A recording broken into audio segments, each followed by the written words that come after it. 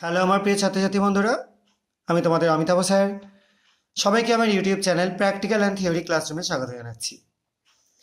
আজকে তোমাদের জন্য যে ম্যাজিকটা রয়েছে, এখানে তোমরা মাঝখানে একটা ফাঁকা বিকার দেখতে পাচ্ছ এবং এধারে রয়েছে একটা হালকা হলুদাভ কমলা বর্ণের একটা দ্রবণ, আর এদিকে রয়েছে একটা সবুজ বর্ণের দ্রবণ। তো আমরা প্রথমে এই হলুদাভ দ্রবণটাকে যোগ করে দিচ্ছি মাঝেরটায়। দেখো খুব একটা কিন্তু কালারের পরিবর্তন ঘটলো না, ফাঁকা কন্টেনারে রাখলাম। এবার এই যে দ্রবণটা রয়েছে সবুজাভ বর্ণের, সেটাকে আমরা যোগ করছি এটার মধ্যে। দেখো দ্রবণটার বর্ণ কি হয়ে যাচ্ছে, লাল হয়ে যাচ্ছে, তার সঙ্গে কিছুটা এভারভেসেন্স বা বুদবুদ উঠছে। তো কেন ঘটলো এবার সেটাই আমি এক্সপ্লেন করব।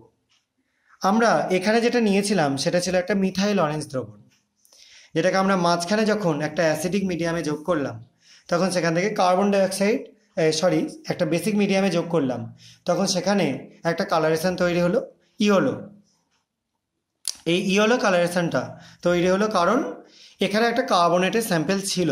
আমরা প্রথম দিকে সেটা হয়তো দেখতে পাইনি বা আমরা এখানে ভিডিওতে দেখতে পাচ্ছি না, কিন্তু আমি রেখেছিলাম।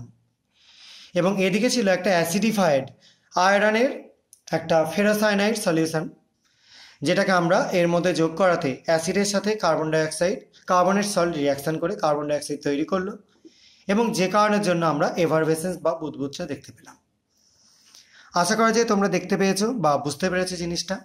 অর্থাৎ এখানেও আমরা কার্বন ডাইঅক্সাইড তৈরি করলাম। যদি তোমাদের এই ভিডিওটা ভালো লেগে থাকে তাহলে তোমরা আমার চ্যানেলটাকে সাবস্ক্রাইব করো এবং ভিডিওগুলোকে শেয়ার করো বন্ধুদের মধ্যে। আজকের মতো এটুকুনি। সবাই খুব ভালো থাকবে, সাবধানে থাকবে। বাই।